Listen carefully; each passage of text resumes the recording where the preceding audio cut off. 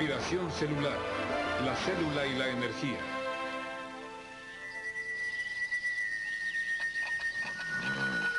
Todos hemos experimentado ese extraño momento en el que levantarnos de la cama se vuelve algo insoportable. Para la mayoría de nosotros, esta falta de energía no suele ser algo muy serio. Pero para muchas especies, un momento de debilidad puede significar una muerte instantánea. De hecho, la sobrevivencia de todo organismo depende de garantizar un acceso constante a una fuente de energía.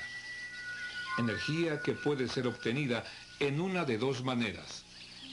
Directamente, aprovechando el poder del sol, o indirectamente.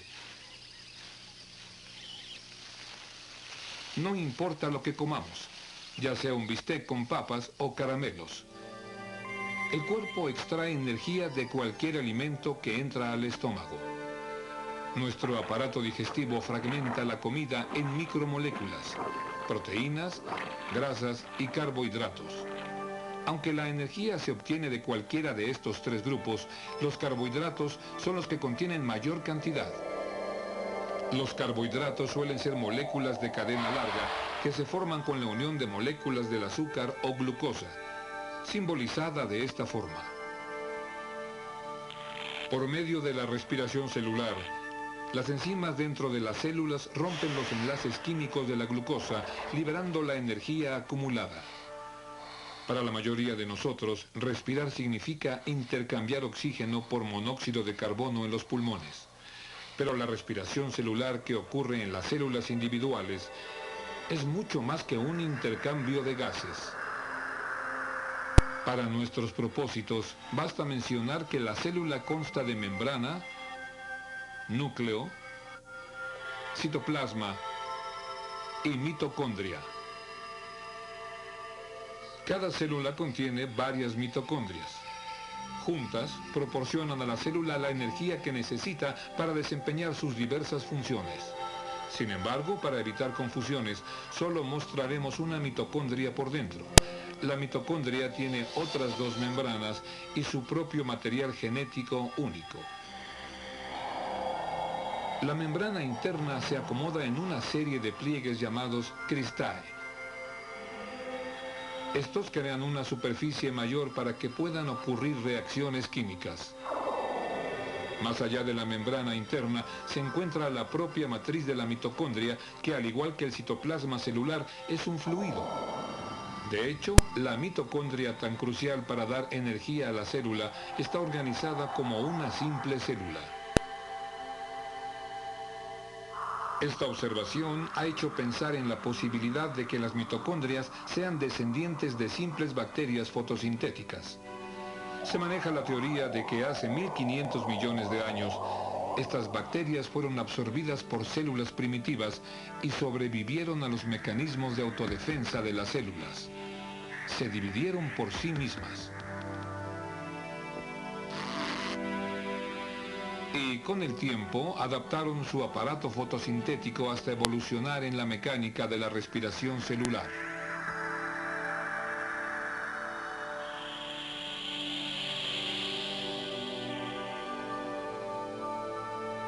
De hecho, los bioquímicos han descubierto similitudes sorprendentes entre la fotosíntesis y la respiración celular. Similitudes que apoyan la hipótesis de que la vida vegetal y animal tienen un origen común. No obstante, mientras la fotosíntesis transforma la energía del sol en carbohidratos, la respiración celular revierte el proceso liberando la energía de los carbohidratos. La monumental tarea de la respiración celular produce el prototipo celular para todas las plantas y los animales. Estas supercélulas transformaron hábilmente el combustible crudo en energía útil y provocaron la proliferación de una innumerable cantidad de formas de vida.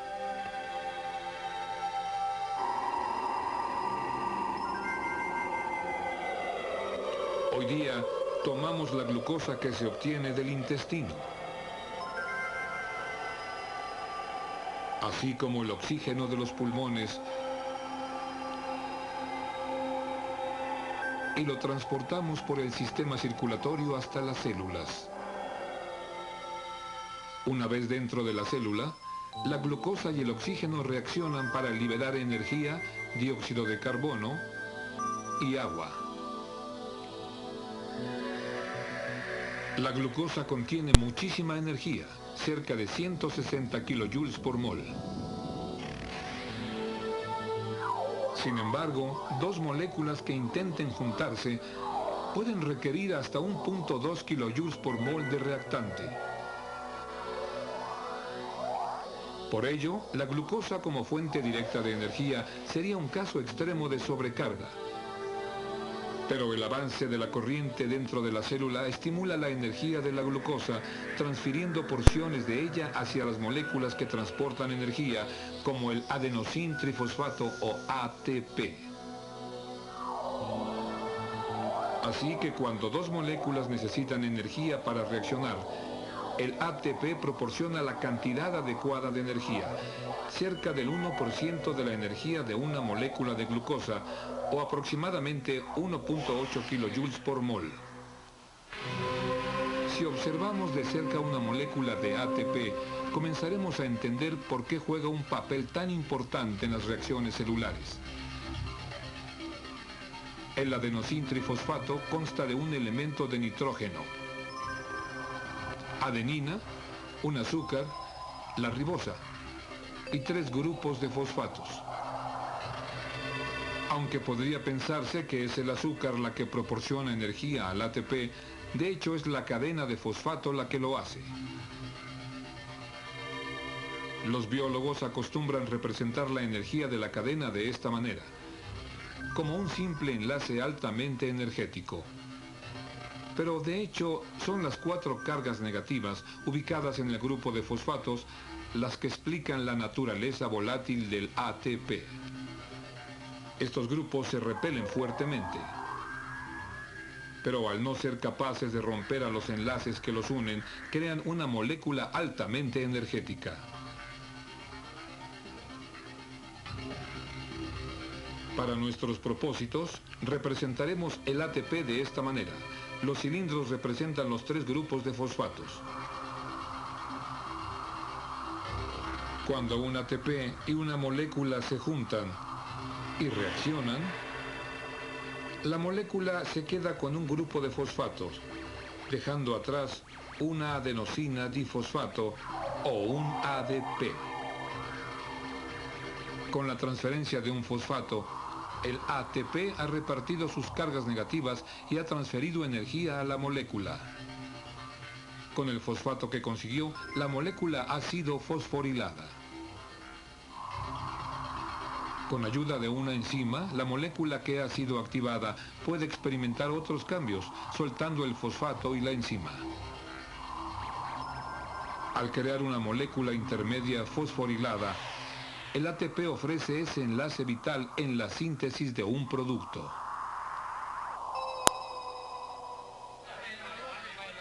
Los ingredientes están aquí y el escenario está listo.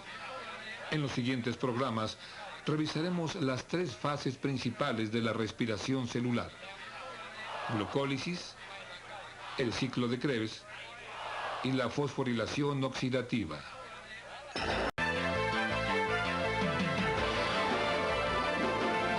Respiración celular, glucólisis 1. Toda criatura viviente utiliza energía. Mientras algunas la queman con un exceso de actividad, otras la disfrutan de una manera pausada.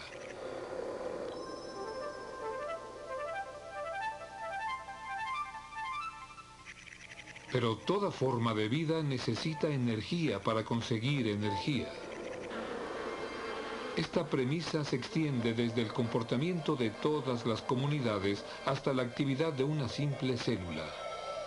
A nivel molecular, la energía viene en paquetes de glucosa. Como vimos en el programa 1, la energía de la glucosa debe transferirse al ATP. Esta transferencia de energía ocurre durante el proceso de respiración celular. La fase 1, glucólisis, inicia la liberación de energía desde la glucosa. Ya que todos los organismos tienen formas similares de obtención de energía, los biólogos creen que la mayoría de las formas de vida tienen un ancestro común. Aunque la glucólisis es un proceso complicado, puede resumirse en algunos puntos esenciales. La glucólisis inicia la liberación de energía, inyectando en la molécula de glucosa de 6 carbonos la energía suficiente para dividirla en un par de moléculas de piruvato con 3 carbonos. Durante el proceso, 2 moléculas de ATP son sintetizadas. Cada reacción en la glucólisis requiere de la asistencia de enzimas para convertir los reactantes en productos. Allí los tienen, los enlaces. Pero antes de que inicie el proceso de la glucólisis, la glucosa debe estar disponible. En el cuerpo humano, la glucosa se almacena principalmente en hígado y músculos en forma de carbohidrato glucógeno.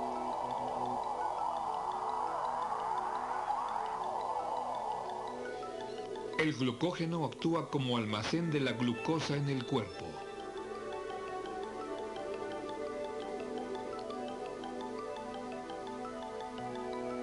Si es requerido, el glucógeno del hígado es convertido por enzimas en moléculas sencillas de glucosa. Estas son transportadas por el sistema circulatorio hacia órganos y tejidos.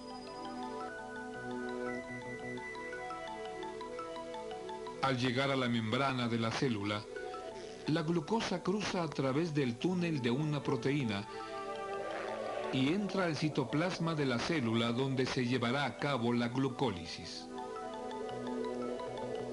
Mientras la respiración celular procura almacenar una reserva accesible de energía para la célula, la primera mitad de la glucólisis requiere de hecho una inyección de energía.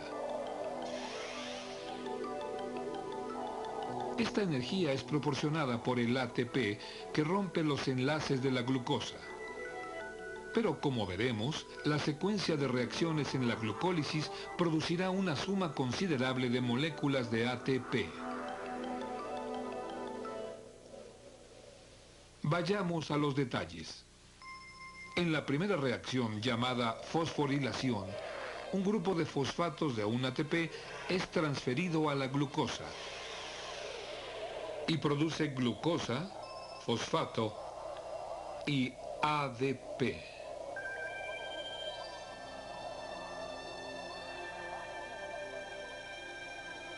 Mientras la mitad de la energía en los ATPs fue usada durante la reacción, la restante se guarda en la glucosa fosfato energética. La colocación del grupo de fosfatos de carga negativa en la glucosa confina a la glucosa fosfato dentro de la célula. En la reacción 2, la acometida glucosa fosfato se encuentra con una enzima y adquiere la forma de una fructosa fosfato. En la reacción 3, la fructosa fosfato reacciona con una molécula de ATP y produce la fructosa difosfato. Hasta este punto, la glucólisis parece un proceso sencillo y tranquilo en el que una reacción sigue a otra. La glucosa consume un ATP para formar glucosa fosfato. Se forma la fructosa fosfato y con ayuda de un segundo ATP, la fructosa disfosfato. Los pasos parecen darse de manera natural, pero si aislamos la reacción de glucosa-fosfato en fructosa-fosfato, surge un problema aparente. La fructosa-fosfato es una molécula altamente inestable con una fuerte tendencia a revertirse hacia glucosa-fosfato.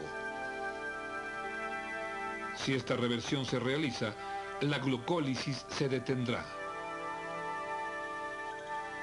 Y entonces, ¿qué es lo que mantiene la reacción caminando en una sola dirección? La respuesta se encuentra en el concepto de acoplamiento de reacción.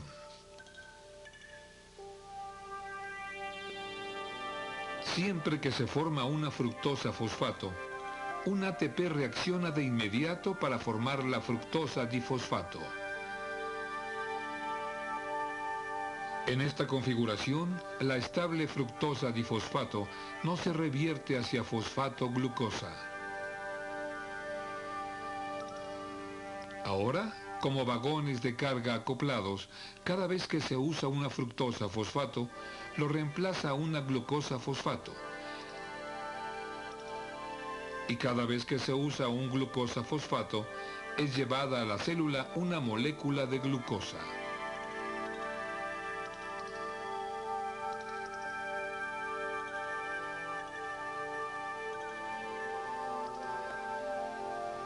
Este acoplamiento de reacciones es la fuerza motriz de toda glucólisis.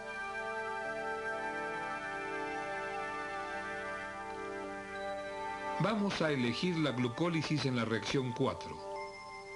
La fructosa difosfato con 6 carbonos es dividida en 2 moléculas separadas de 3 carbonos, DHAP y PGAL.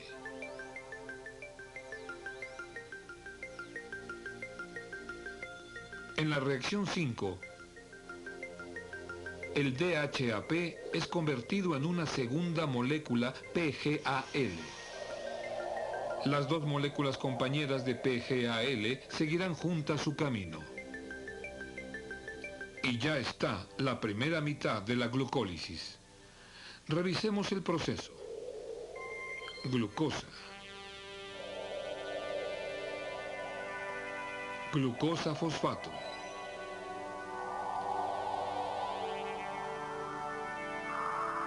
Fructosa fosfato. Fructosa difosfato. DHAP y PGAL. Y finalmente, 2 moléculas de PGAL. En resumen, los ATP proporcionan más energía a las 2 moléculas de PGAL que la que está contenida en el par de moléculas de glucosa. En el siguiente programa, seguiremos la ruta del PGAL hasta la segunda mitad de la glucólisis.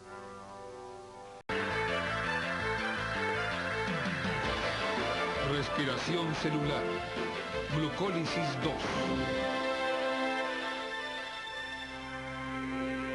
Aunque no existe una ley furtiva sobre termodinámica, debiera existir y señalar que la energía es furtiva y parece burlarse de la naturaleza.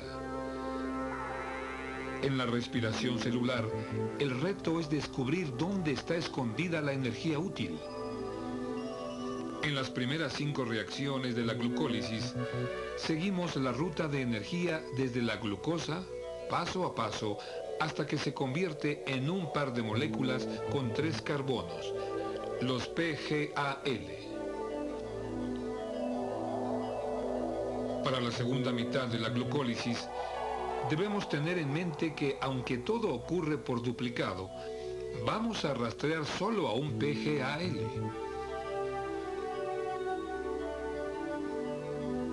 Veremos a un PGAL sintetizar el ATP y energetizar una molécula de nicotinamida, adenina, dinucleótida o NAD. El NAD es uno de los grupos intermedios de carga de energía que se usan para generar ATP. Su estructura compleja se dedica a transferir energía.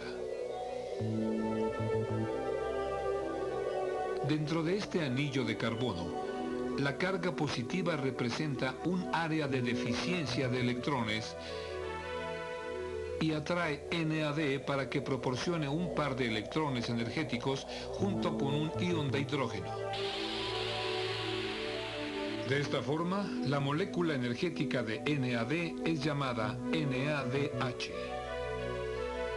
Para simplificar las cosas, representaremos el NAD con deficiencia de electrones como NAD+, y el NAD que consiguió un electrón como NADH.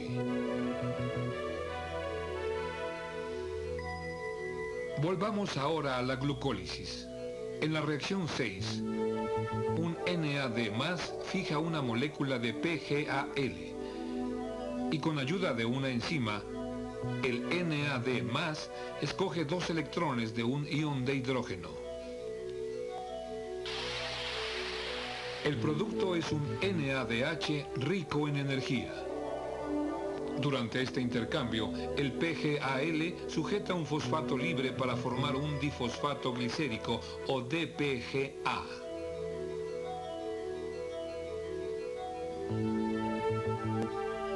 Hagamos una pausa para observar el perfil de energía.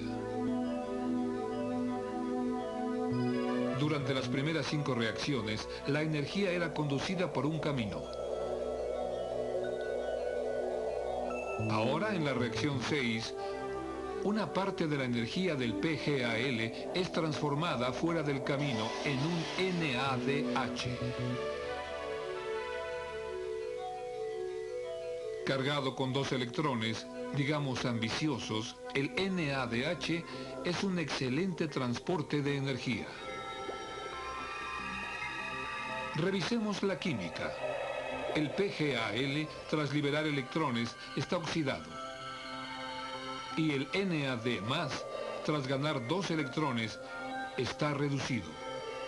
Así que las reacciones de oxidación liberan energía, mientras que las reacciones de reducción acumulan energía. Reacción 7. Una molécula de DPGA se encuentra con un ADP. Un fosfato es transferido para formar ATP, dejando atrás ácido fosfato glicérico o PGA. De aquí en adelante, la glucólisis se dedica a conseguir solo una molécula más de ATP del PGA simple. Así solo, el ATP carece de la energía necesaria para capturar el fosfato. Por ello ocurre una repentina modificación de la molécula. Y en la reacción 9 se pierde una molécula de agua, dejando fosfoenol piruvato o PEP. El enlace que sujeta al fosfato ha sido suficientemente debilitado. Por ello, en la reacción final, el ADP libera el fosfato y hace que el ATP sea reconectado. Queda así el compuesto con 3 carbonos, piruvato. Una vez más, volvamos para revisar el perfil de todas estas reacciones.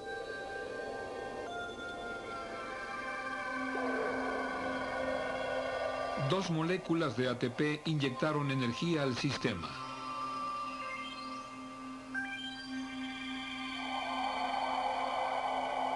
De ahí en adelante, la energía fue extraída por 2 moléculas de NADH y 4 moléculas de ATP.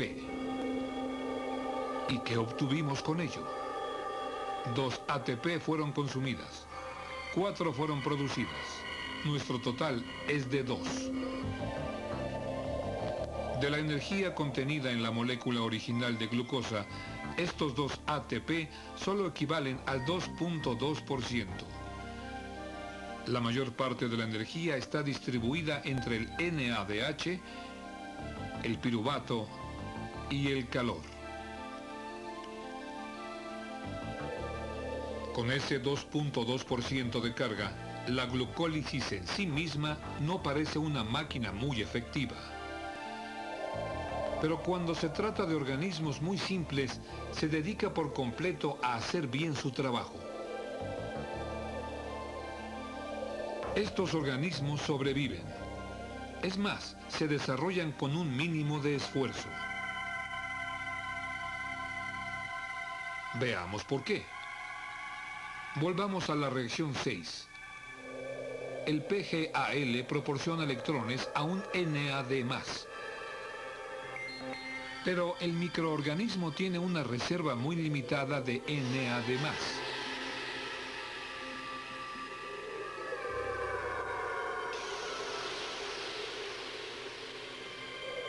Y si el último de los NAD+ fuese usado para formar un NADH, la glucólisis se detendría y no se produciría absolutamente ningún ATP. Entonces el organismo apunta a otra estrategia. Ofrece su piruvato. El dióxido de carbono es removido y se forma el acetaldehído.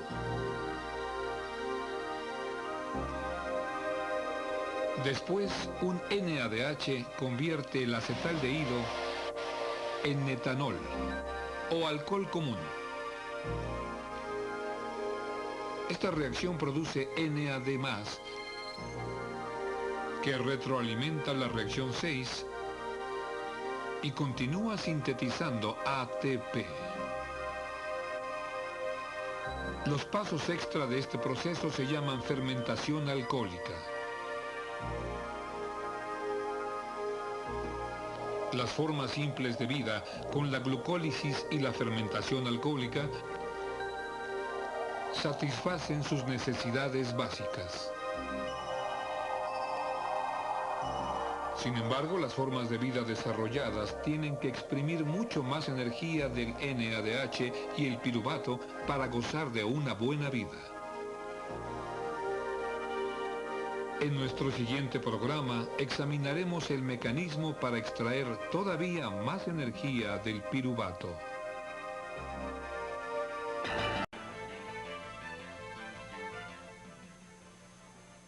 Respiración celular, el ciclo de Krebs.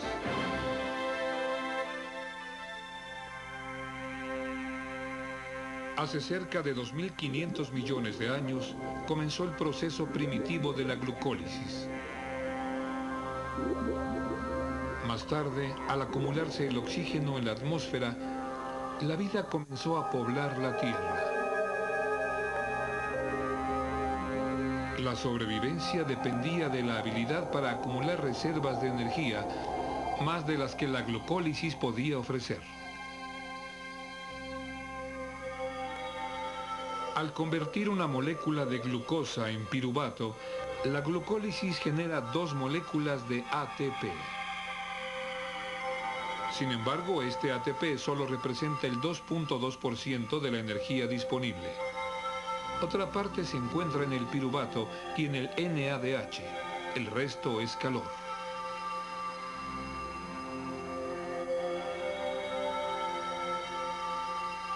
En la segunda fase de la respiración celular, el ciclo de Krebs libera más energía al metabolizar el piruvato. El ciclo de Krebs adquirió su nombre del químico británico Hans Krebs, que siguió la huella del piruvato más allá de la glucólisis. Dentro de la célula, el piruvato se mueve desde el centro de la célula hacia las 2 membranas de la mitocondria y llega a la matriz. Aquí en la matriz tiene lugar el ciclo de Krebs. El piruvato es una molécula con 3 carbonos, pero el ciclo de Krebs utiliza una molécula de 2 carbonos como punto de partida. Por ello, un proceso intermedio, la descarboxilación oxidativa, es necesario para preparar al piruvato para el ciclo de Krebs. Cuando el piruvato se encuentra con la coenzima A, el complejo suelta 2 electrones, un átomo de hidrógeno y dióxido de carbono, para formar el aceptable acetilcoenzima A con 2 carbonos. Los electrones del hidrógeno son recogidos por un NAD+, formando un NADH, un transporte intermedio de energía. Pero vamos a concentrar nuestra atención en el acetilcoenzima A con 2 carbonos. Primero, vayamos a echar un simple vistazo al ciclo de Krebs.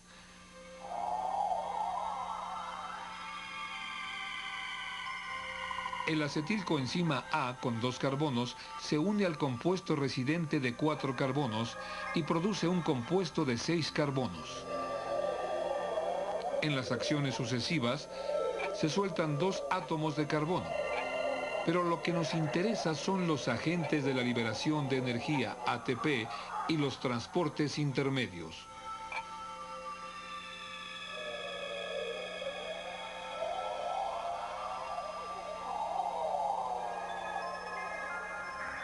Esta es una vista general del ciclo de Krebs. Con un acercamiento más detallado del ciclo, veremos cómo se generan los agentes de liberación de energía. El acetilcoenzima A se topa con el oxaloacetato de 4 carbonos. Esto resulta en el ácido cítrico de 6 carbonos. El ácido cítrico suelta agua y forma aconitato. El aconitato recoge agua y es transformado en isocitrato. El isocitrato se encuentra con un NAD+, y forma el transporte de energía NADH, oxalosuccinato. El oxalosuccinato suelta una molécula de dióxido de carbono y se convierte en ketoglutarato, con 5 carbonos. El ketoglutarato se topa con la siempre presente coenzima A y libera 2 electrones, un hidrógeno y dióxido de carbono, para formar succinil, coenzima A. Una vez más, 2 electrones de hidrógeno forman un transporte de energía NADH. Sin hacer nada, el succinil coenzima A reacciona con el NDP y el fosfato, liberando coenzima A, ATP, y formando succinato.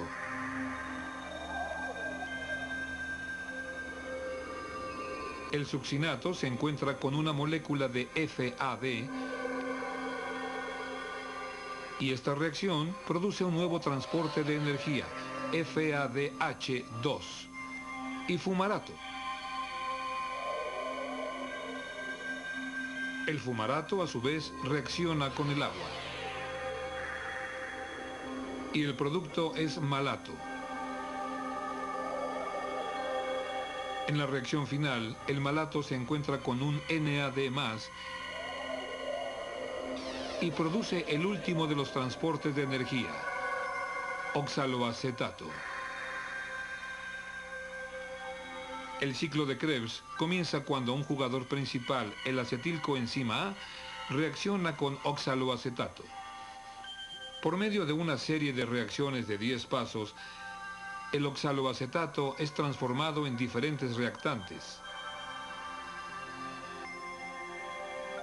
El ciclo regresa hasta el oxaloacetato. En una sola vuelta del ciclo, los transportes de energía han llevado 3 NADH, un ATP, un FADH2, así como dióxido de carbono que fue desechado. Los 2 átomos de carbono que entraron al ciclo fueron expulsados como dióxido de carbono.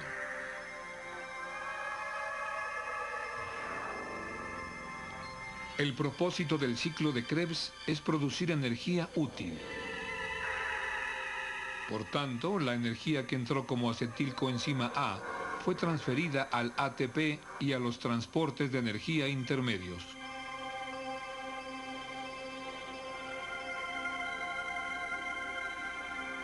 Tanto el NADH como el FADH2 transportan electrones energéticos que serán utilizados para almacenar energía en el ATP.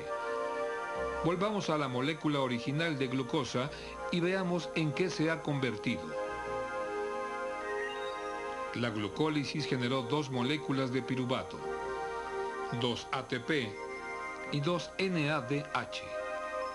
Los dos piruvatos entraron a la descarboxilación oxidativa y produjeron dos moléculas de acetilcoenzima A, dos moléculas de dióxido de carbono y dos moléculas más de NADH.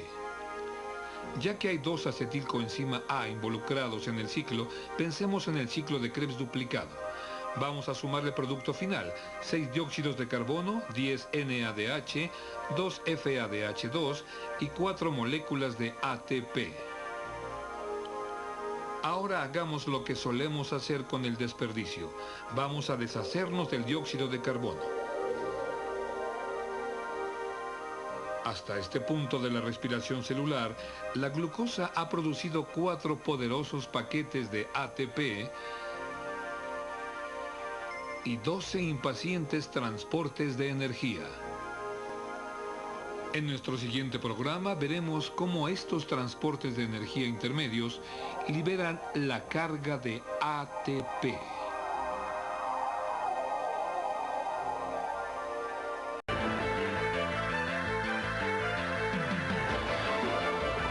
Respiración celular. Fosforilación oxidante. Después de tanto esfuerzo, la fase 1 de la respiración celular, llamada glucólisis, solo libera 2 moléculas de ATP. En la fase 2, el ciclo de Krebs, solo 2 moléculas adicionales de ATP son liberadas. Recordemos, sin embargo, que la mayor parte de la energía de glucosa ha sido transferida a las moléculas de transporte NADH y FADH2. Es en la fase final llamada fosforilación oxidativa, donde los transportes de energía aportan una gran cantidad de energía.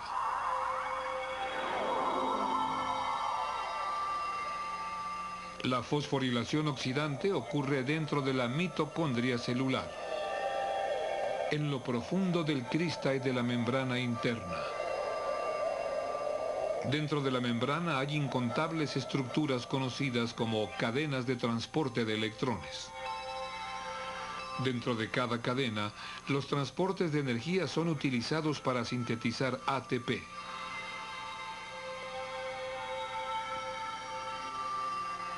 Una cadena de transporte de electrones consta de 4 complejos de Ajaxón. Cada uno tiene su lugar en la membrana interna. La cadena funciona extrayendo energía de los electrones que se mueven en pares a lo largo de una pendiente de energía. La energía es transferida en parte hacia el espacio entre las membranas de la mitocondria, el espacio intermembránico. La fosforilación oxidativa comienza cuando cualquier NADH del ciclo de Krebs aporta 2 electrones al primer complejo. Al pasar los electrones al siguiente complejo, 2 iones de hidrógeno viajan de aventón desde la matriz hasta el espacio intermembránico. Los electrones se mueven entonces a través del complejo y se posicionan en el lado de la membrana donde está la matriz. Al pasar al siguiente complejo, un segundo par de iones de oxígeno es recogido en la matriz.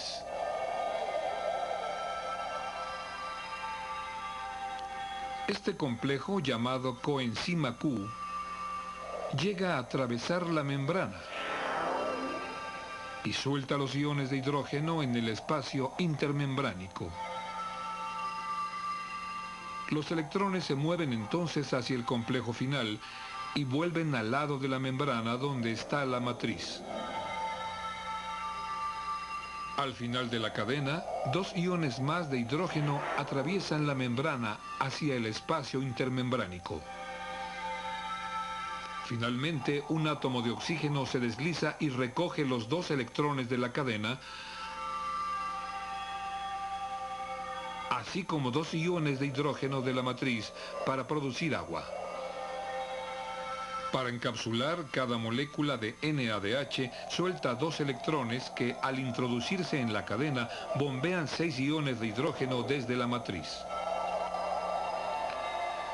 El papel central del oxígeno en la respiración celular es rescatar electrones suficientes del final de la cadena. Ahora tomemos en cuenta al otro transporte de energía del ciclo de Krebs, FADH. El FADH también entra en la cadena de transporte de electrones coenzima Q. Dos electrones son transportados por la cadena. Por tanto, solo 4 iones de hidrógeno entran al espacio intermembránico. Al final de la cadena, el oxígeno vuelve a recoger los 2 electrones. Hasta ahora la energía del NADH y del FADH2 ha sido utilizada para bombear iones de hidrógeno desde la matriz hasta el espacio intermembránico. Como resultado, la concentración de iones de hidrógeno es mayor en el espacio intermembránico que en la matriz. Esto genera 2 tipos de gradientes que cruzan la membrana. Una gradiente de concentración de iones de hidrógeno y una gradiente electrostática. Estas gradientes tienen energía potencial que será usada para sintetizar ATP. La evidencia sugiere que la energía potencial a lo largo de la membrana es utilizada cuando pares de iones de hidrógeno se mueven a través de canales especiales de la membrana. Al hacerlo, cada par activa una enzima en el lado del canal donde está la matriz. Finalmente, esta enzima cataliza la reacción de ADP con un grupo de fosfatos para sintetizar ATP. Revisemos la síntesis del ATP desde el NADH y el FADH2. Cada NADH transporta a 3 pares de iones de hidrógeno hacia el espacio intermembránico. Al regresar a la matriz, estos producen 3 moléculas de ATP. Ahora bien, cada molécula de FADH2 transporta 2 pares de iones de hidrógeno a través de la membrana. Esto produce 2 moléculas de ATP. Eso explica los transportes de energía producidos en el ciclo de Krebs. No es un mal resultado. Pero hay otra carga de energía que llevará el NADH producido en el citoplasma por la glucólisis. Aunque las moléculas no pueden cruzar por sí mismas las membranas de las mitocondrias, se las ingenian para soltar a sus electrones en la cadena, justo en pasajes altamente especializados.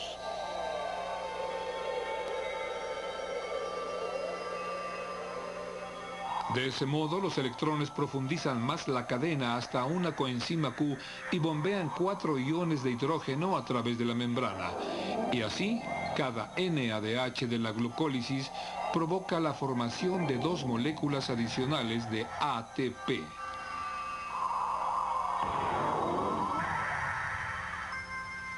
Ahora volvamos a unir las piezas para tener una imagen clara del total de ATP producido por una simple molécula de glucosa.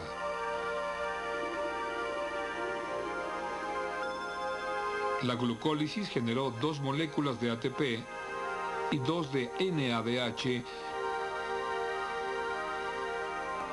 que al llegar a la cadena de transporte de electrones produjeron 4 moléculas más de ATP.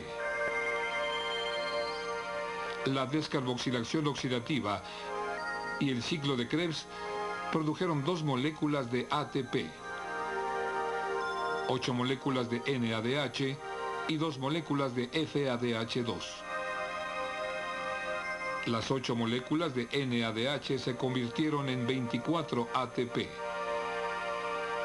Y las 2 moléculas de FADH2 se convirtieron en 4 moléculas más de ATP. La respiración celular produce 36 moléculas de ATP de una sola molécula de glucosa. Pero estos 36 ATP solo representan una porción de la energía que se obtiene de la glucosa. En resumen, la respiración celular transforma la energía de la glucosa por medio de la glucólisis. la mueve alrededor del ciclo de Krebs y a través de la cadena de transporte de electrones. Aunque la respiración celular parece algo diverso, ya veremos cómo la diversidad de los organismos es una virtud en periodos de estrés.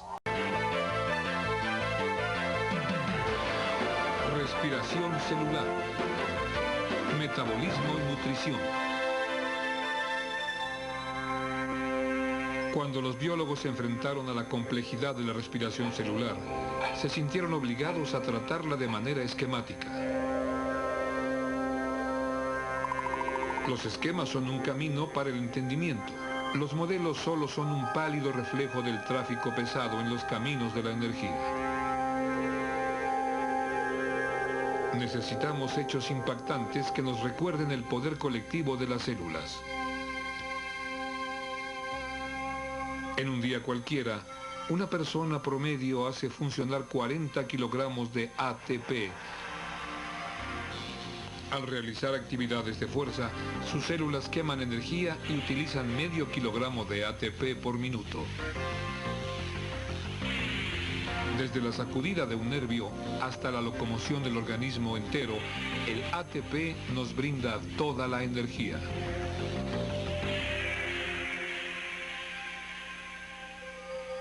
La contracción de un músculo es un buen ejemplo. En un músculo, cada célula contiene muchos manojos.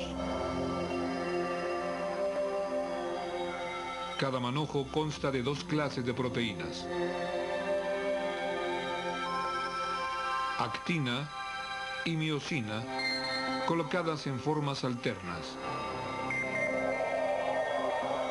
Si observamos cada filamento de miosina, veremos cabezas esféricas unidas a los receptores en el filamento activo.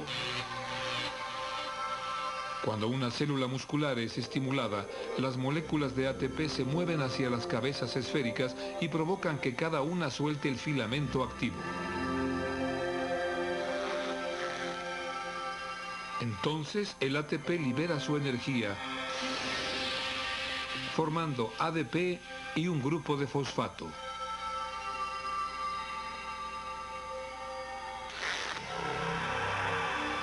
La infusión de energía dispara la cabeza, que se une entonces al filamento activo.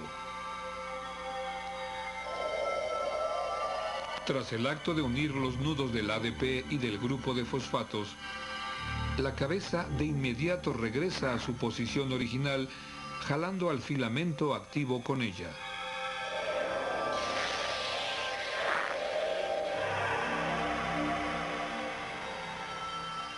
Siempre que la mitocondria aporte una constante reserva de ATP en un tiempo real, miles de millones de filamentos activos trabajan de manera simultánea para flexionar el músculo.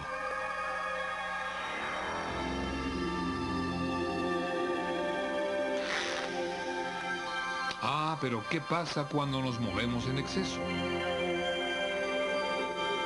El sistema circulatorio no puede llevar una cantidad suficiente de oxígeno hasta las células musculares. Al disminuir el nivel de oxígeno en las células, la desfosforilación oxidativa comienza a bajar y nos brinda su última chispa de energía. Ahora bien, mientras la glucosis proporciona una gran cantidad de energía, la escasez de oxígeno crea otro problema para el organismo. O para ser más exacto, para la cadena de transporte de electrones.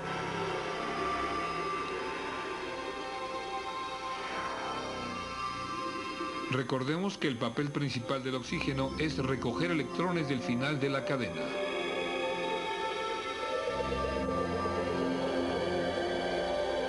A falta de oxígeno, la cadena comienza a saturarse.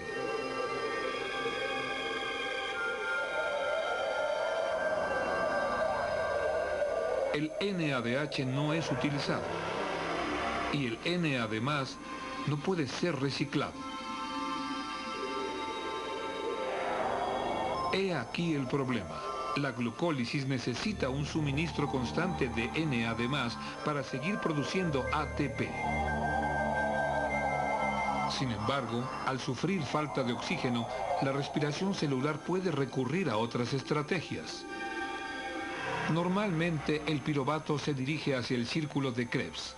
Sin embargo, cuando el oxígeno escasea, una enzima reacciona con el piruvato y el NADH, produciendo NAD+ y ácido láctico. El NAD+ retroalimenta la glucólisis y garantiza un suministro elemental de ATP.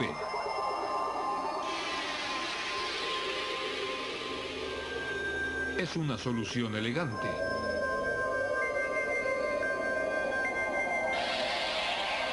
Y llena el vacío de oxígeno. Pero se tiene que pagar un precio. El derrame de ácido láctico en los músculos genera una sensación de adormecimiento que experimentan los atletas. Tras unos minutos de descanso, el oxígeno metaboliza el ácido láctico y ofrece una nueva vida a los músculos. Si la escasez fue un problema, también lo es el exceso. Cuando uno consume demasiada glucosa, las células del hígado tienen que sufrir otro tipo de adaptación. Un exceso de glucosa conduce a un excedente de ATP.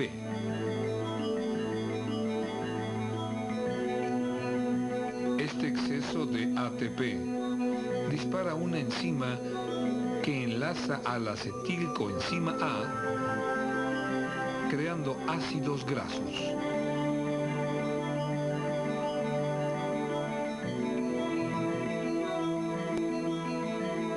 Nadie recoge la cosecha de ácidos grasos y se presenta la obesidad.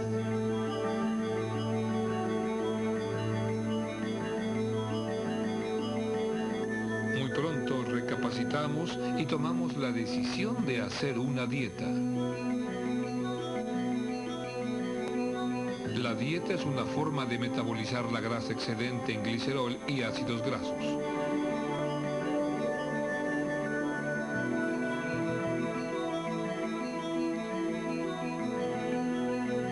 El glicerol se convierte en PGAL y entra en el camino glucolítico.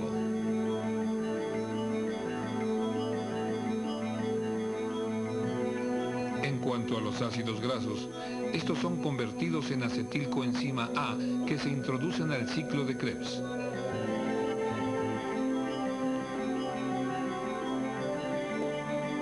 Con una dieta drástica, todas las grasas son metabolizadas y el cuerpo toma su ritmo de nuevo para comenzar a utilizar sus propias proteínas.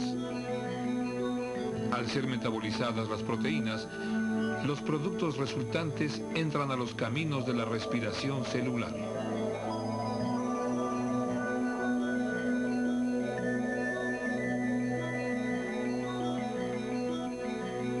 Queda claro que la quema de proteínas es la quema de nuestra propia vida.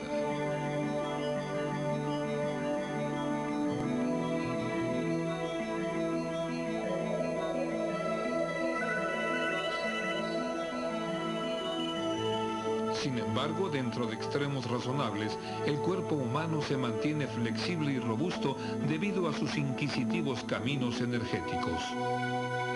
Cuando estudiamos la respiración celular, solemos olvidar lo ingeniosas que son las células. Mire hacia atrás un momento y se dará cuenta de que el comportamiento colectivo de las células es una afirmación de la fuerza motriz de la vida misma.